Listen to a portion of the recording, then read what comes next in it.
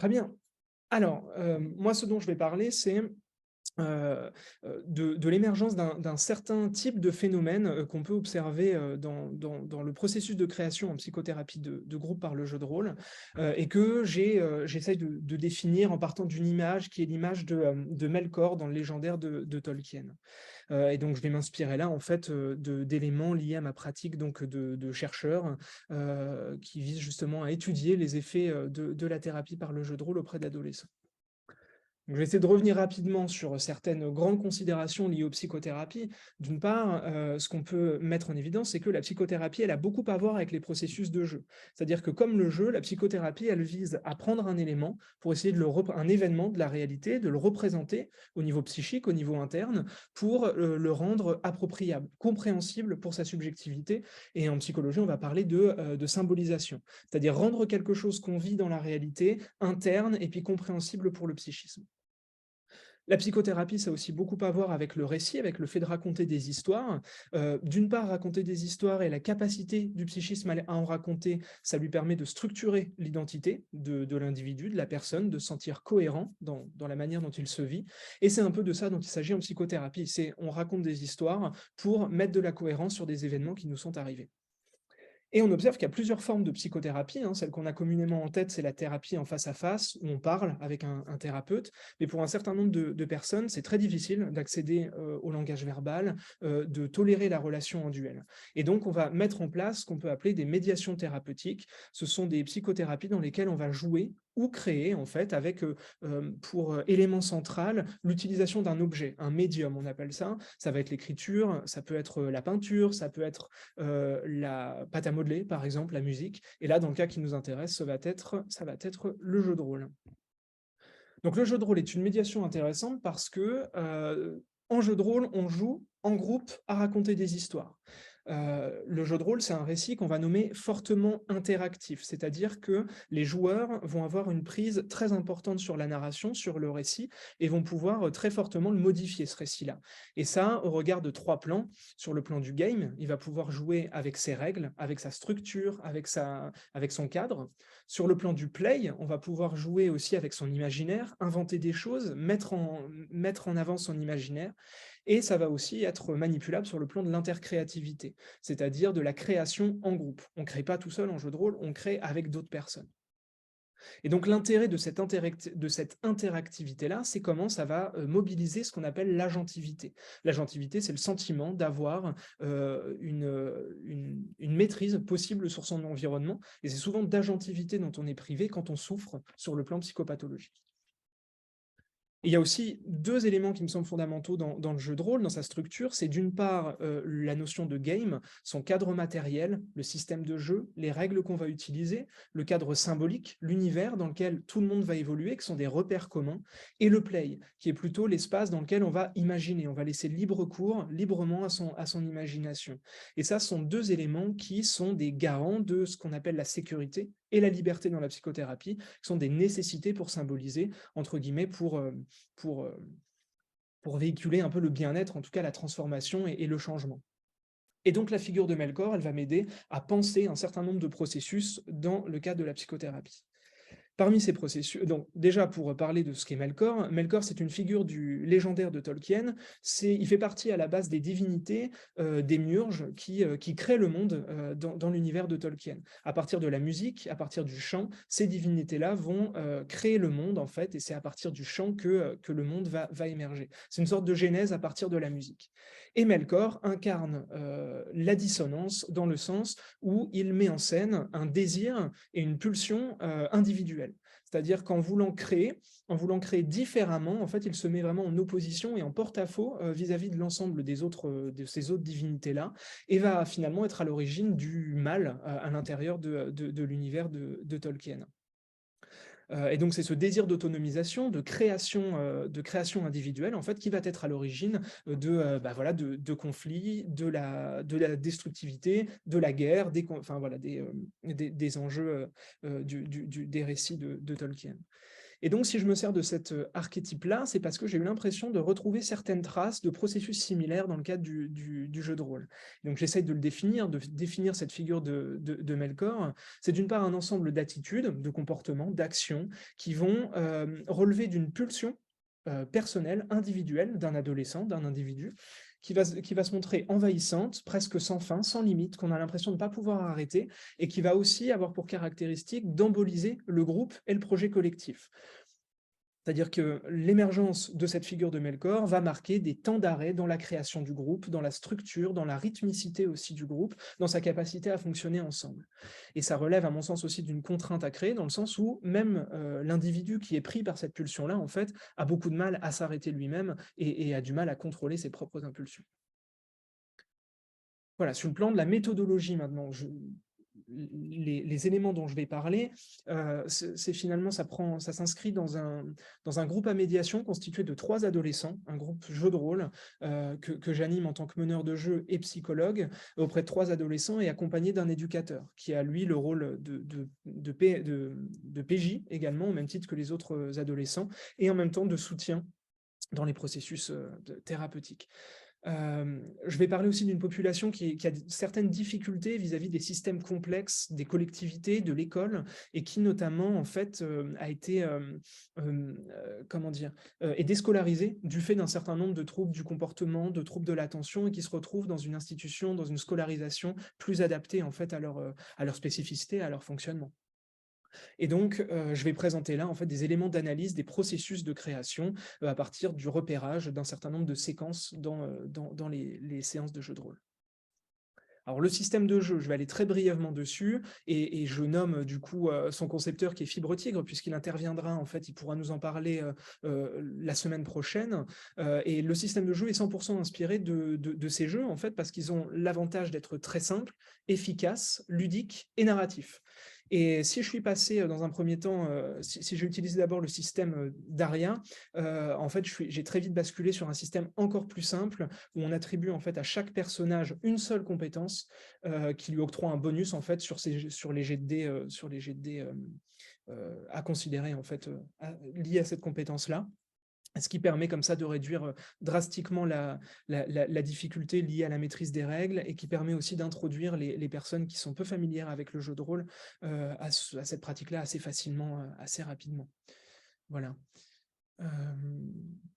En ce qui concerne l'univers, je vais aussi aller rapidement là-dessus, c'est finalement un univers qui s'inscrit dans une perspective médiévale fantastique. Voilà, on est dans cet univers-là, c'est un univers original aussi, et puis c'est une structure entre guillemets environnementale, c'est-à-dire qu'il y a une quête générale qui leur est donnée pour que finalement ça les mette en mouvement dans un premier temps, et puis ensuite il se passe plein de choses tout autour d'eux, et puis ce qui est intéressant, c'est de voir par quoi ils seront intéressés, qu'est-ce qui va les attraper, etc. Donc, je vais passer maintenant aux éléments d'illustration de ce que j'appelle les figures de Melkor dans le jeu de rôle. Là, je vais présenter un certain nombre de séquences d'interaction dans lesquelles Sohan est un personnage principal. Donc, Sohan, c'est le nom d'un adolescent, d'un des adolescents qui participent à l'activité. Hector, c'est le nom de l'éducateur, et on aura également Noam et Diego, qui sont 2 autres adolescents qui participent à cette activité-là. Donc là, dans cette vignette, ce qu'on observe, c'est finalement la volonté, c'est Sohan, en fait, qui est pris d'une volonté voilà, d'accomplir une action qui a la particularité, en fait, de ne pas prendre en considération le mouvement général du groupe et l'ensemble des événements, en fait, qui figurent à l'intérieur de l'environnement. Donc, en soi, c'est pas ça qui est fondamentalement étonnant. Ce qui est étonnant, c'est plutôt la manière dont il réagit quand Hector, notamment, lui rappelle le cadre d'intervention à l'intérieur de ce groupe-là. Il se désengage et il rejette le groupe. Donc ça, il va nous le faire plusieurs fois. Il va nous dire plusieurs fois, si c'est comme ça, moi, j'aime pas, j'arrête de jouer, c'est nul ce que vous faites, j'avais pas envie de jouer de toute façon. Donc il se désengage en fait quand il est confronté trop abruptement au cadre du jeu. Donc là, on a Hector qui en rajoute une couche en disant on aimerait bien entendre l'idée de Noam, et lui il dit non, si vous n'êtes pas d'accord avec ça, ce que dit Sohan, c'est je m'en fiche, je vais le faire quand même. Et quand il est confronté là à cette limite, en fait, il a l'impression que le jeu est complètement gâché, et ça va avoir pour effet aussi de l'énerver, de l'agacer, et il va se mettre un peu à crier et à disputer, à s'agacer auprès des autres participants. Et on voit là qu'il y a une sorte de figure autoritaire qui émerge face à cette contrainte, et la perte de contrôle sur l'environnement a l'air de faire émerger chez Sohan le sentiment d'une menace. Alors, la nature de cette menace, on n'en a pas encore forcément les tenants et les aboutissants, mais on sent qu'il est très en difficulté quand il n'a plus la prise complète sur l'ensemble de la narration. Dans cette illustration-là, dans cette vignette-là, Sohan nous explique comment il veut utiliser un de ses pouvoirs, le pouvoir d'utiliser la magie de glace, pour paralyser en fait, l'un de ses coéquipiers qui s'appelle Diego. Alors moi je lui dis: «Bah, peut-être qu'il va pas être content si tu fais ça sans lui en parler, sans lui demander et cetera». Il dit: «C'est pas grave», il veut quand même se lancer là-dedans, et on sent là qu'il y a un désir en fait de, à la fois, de jouir d'une agentivité entre guillemets, extrêmement présente, extrêmement puissante, et en même temps, d'en priver aussi les autres joueurs. Donc là, on sent bien que la dynamique, elle est de paralyser aussi les mouvements de ses propres coéquipiers. On sent qu'il y a un amusement pour lui comme ça à pouvoir explorer cette facette-là. Sohan ensuite, bah, voilà, quand on le confronte au cadre, il va avoir, cette phrase en disant: «J'ai le droit de faire tout ce que j'ai envie», et puis Diego va lui, nous interpeller, moi et l'éducateur. Il va nous demander si vraiment il a le droit de faire tout ça, et moi j'essaye en fait de donner un petit peu une sorte de cadre, à partir du système de règles en fait à la volonté de Sohan. Voilà, je baragouine un truc à ce moment-là, j'essaye de dire: «Bah non, ça il peut te paralyser, mais ça va pas durer longtemps, ça va durer que 24 heures, ça peut pas durer, pour l'éternité comme il le souhaiterait» et cetera. Et puis au final, en fait, cette discussion-là, elle sert, pour permettre à Sohan de désamorcer en fait cette volonté-là, et de dire que finalement, bah voilà, ça lui rappelle que ce sont quand même ses collègues et qu'il n'y a peut-être pas d'intérêt à emboliser comme ça la volonté aussi de ses autres, de ses camarades. Donc là, le groupe, il devient vecteur de réflexivité, c'est-à-dire de réflexion et puis d'un arrêt un petit peu, et de constat sur ses propres mouvements internes, en fait, au service, donc, ce qu'on appelle un peu, de manière barbare, les contrats narcissiques, ce qui veut dire tout simplement qu'à ce moment-là, Sohan devient capable de renoncer à sa pulsion initiale pour se mettre plus au service, en fait, du groupe et de la volonté des autres. Là, on observe aussi, un autre élément qui est intéressant et qu'on voit revenir, tout au long de l'activité, c'est, Sohan est pris de l'envie de vérifier si, un élément, de nourriture qui figure dans l'environnement n'est pas empoisonné, et donc il monte tout un stratagème comme ça, et qui est assez intéressant parce que ça révèle comment, alors d'une part, ça met de côté les autres jeunes du groupe, c'est-à-dire qu'il prend beaucoup de place, il prend beaucoup la parole, il intervient souvent au point de laisser en fait peu d'espace aux autres membres du groupe. Et on voit aussi comment il crée finalement intérieurement un fantasme, un récit qui n'est pas en lien avec avec la narration proposée par les autres jeunes et lié aux événements qui figurent dans ce cadre-là. Et donc Hector est là avec sa posture éducative pour essayer de rappeler aussi la présence des autres jeunes et de leur réattribuer aussi un espace. Euh, voilà, là on a toujours le même phénomène, donc Sohan qui dit: «J'ai un pressentiment, je vais prédire l'avenir», et là il se met à partir dans une tirade dans laquelle il met en scène des villageois avec des couteaux, avec des personnes cannibales, etc. Et donc moi, pour essayer de me décoller un petit peu de l'espèce de posture interdisante qui lui dirait: «Bah non, tu peux pas faire ça», etc., j'essaie de l'intégrer au récit. Donc là, je mets finalement ses propres propositions dans la bouche des PNJ, et puis j'essaye de voir, ce que ça peut donner.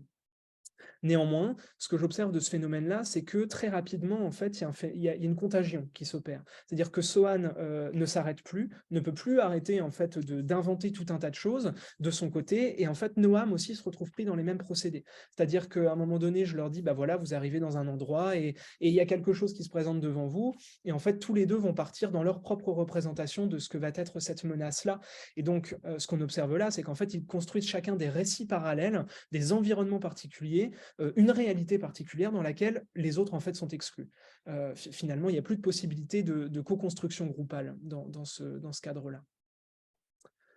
Euh, Jusqu'à ce qu'on arrive à un moment culminant en fait dans l'atelier, ce que je vais appeler un moment de rupture. C'est un moment où la confrontation à la règle est trop insupportable pour Sohan, et ça le mène à se replier dans l'agressivité. On sent qu'il va s'énerver contre les autres, il va pouvoir lancer des insultes, être très dur dans ce qu'il dit, et aussi devenir un peu, alors pas violent, mais en tout cas agressif. On sent qu'il y a une tension qui est très vive, et il repousse en fait le moindre contact visuel, tactile, etc.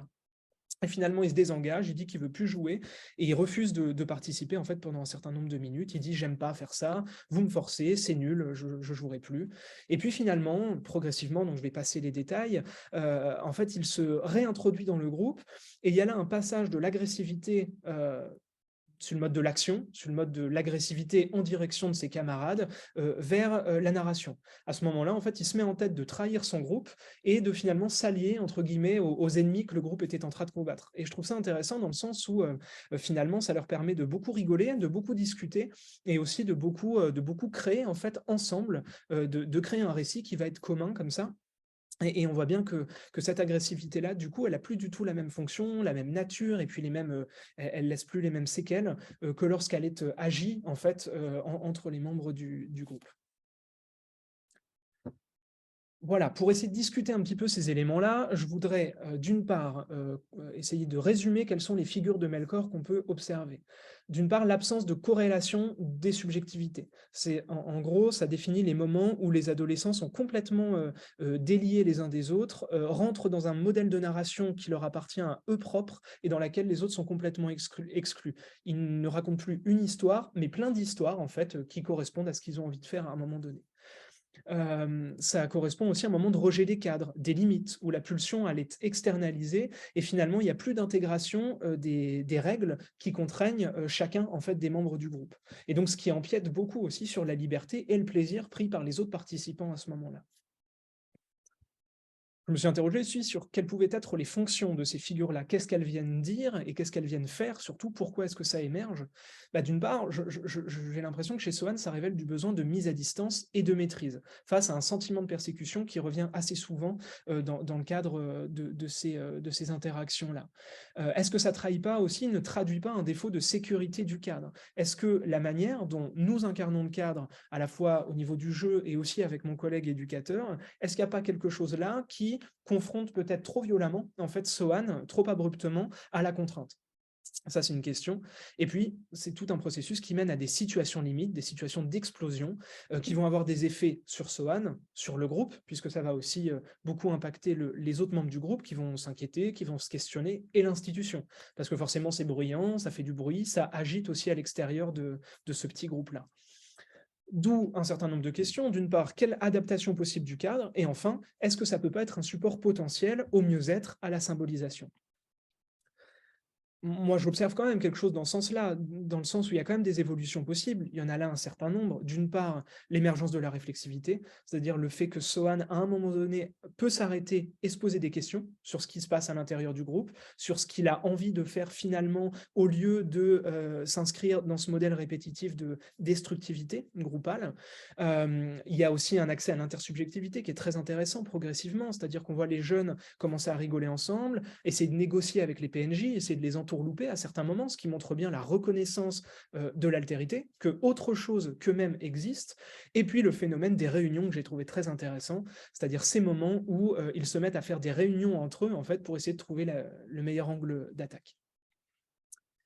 Et enfin, pour finir la discussion, quelles sont les fonctions malléables du cadre? Pour être plus précis, quels sont les éléments qui, à mon sens, participent de mettre en marche les processus de changement? Alors, je pense qu'il y a la question du rappel des règles qui a été très importante. Je pense qu'il y a aussi l'étayage de mon collègue éducateur, le fait de parler, d'être contenant, d'être sécurisant avec les adolescents au moment où quelque chose n'allait pas, de prendre du temps avec eux pour discuter pendant l'activité, ça a été important. Il y a la gamification et l'aménagement du système. Je pense que ça a été important aussi d'intégrer les désirs des adolescents à l'intérieur du système de jeu. Par exemple, la volonté de Sohan de prédire l'avenir, en fait, je lui en ai fait un pouvoir. C'est-à-dire, je lui ai donné la possibilité, une fois par jour, d'imaginer quelque chose qui ne se passe pas dans son champ de vision, et du coup, qu'il rencontrerait plus tard dans le jeu. Et enfin, il y a les feedbacks et les débriefings avec le groupe qui étaient aussi extrêmement importants pour parler, pour décoder ce qui s'était passé pendant l'activité. Donc, en conclusion, pour aller vite, alors, cette figure des organisatrices, la question que je me pose, c'est est-ce que c'est pas une nécessité de la médiation? Dans le sens où c'est pas la première fois que je l'observe et c'est pas la première fois non plus que je fais ce lien avec, la potentialité d'un rebond, de rebondir sur quelque chose de positif. Comment est-ce qu'on peut du coup l'accueillir et en révéler les potentialités? Et puis, une question que j'ouvre et que j'espère, on pourra discuter, c'est pour répondre à Sohan, est-ce qu'on peut le laisser faire tout ce qu'il veut faire? Voilà, c'est une question qu'il m'a posée et je pense que c'est intéressant de l'avoir en tête. Et je me dis au final que cette figure de Melkor, même si elle est destructrice, elle a des potentialités créatrices et unificatrices en bout de course. Et donc, je vais me permettre un retour sur la Terre du Milieu pour dire que certes, Melkor, c'est entre guillemets l'incarnation du mal dans le livre, mais en même temps, si on n'a pas Melkor, on n'a pas forcément d'épopée derrière, on n'a pas forcément d'histoire qui s'écrit. Et bon, à travers ça, moi, j'ai eu l'impression qu'il y avait beaucoup d'éléments groupaux en fait, qui s'écrivaient à partir des saillances comme ça dans le comportement de Sohan. Il y a beaucoup de choses qui se sont mises en place à partir de ses propres problématiques à lui. Voilà. Je vous remercie. Hop, je partage. Eh ben, merci à toi. Tu as tenu le temps Ouais, j'avais à la peur perfection. d'être un petit peu trop long. Alors, est-ce que des personnes ont des questions à poser par rapport à l'intervention de Corentin? Ouais, je ne l'ai pas précisé tout à l'heure, c'est vrai que on peut là se prendre un petit temps pour répondre à des questions Mmh. entre chaque intervention et puis pourquoi pas poursuivre aussi à la fin du créneau après 21h30 pour les personnes qui le souhaiteraient. Beaucoup de merci.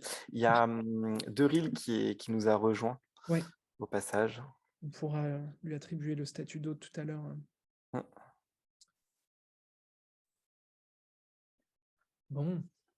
Bon, de toute façon, voilà, si à un moment donné, il y a des questions, nous, on va les consigner pour pouvoir revenir dessus. Si ce n'est pas maintenant, ce pourra être à la fin à la fin Mmh. de la présentation, quoi. Donc peut-être Ouais. qu'on peut attendre quelques minutes et puis... Ah, ah, Christelle Balisté. voilà. Parfait. Merci beaucoup. Bonsoir, San. Bon. Bah, en tout cas, ça m'a fait penser, cette question comme ça enfin, quand il te pose cette question de: «Est-ce que je peux tout faire?»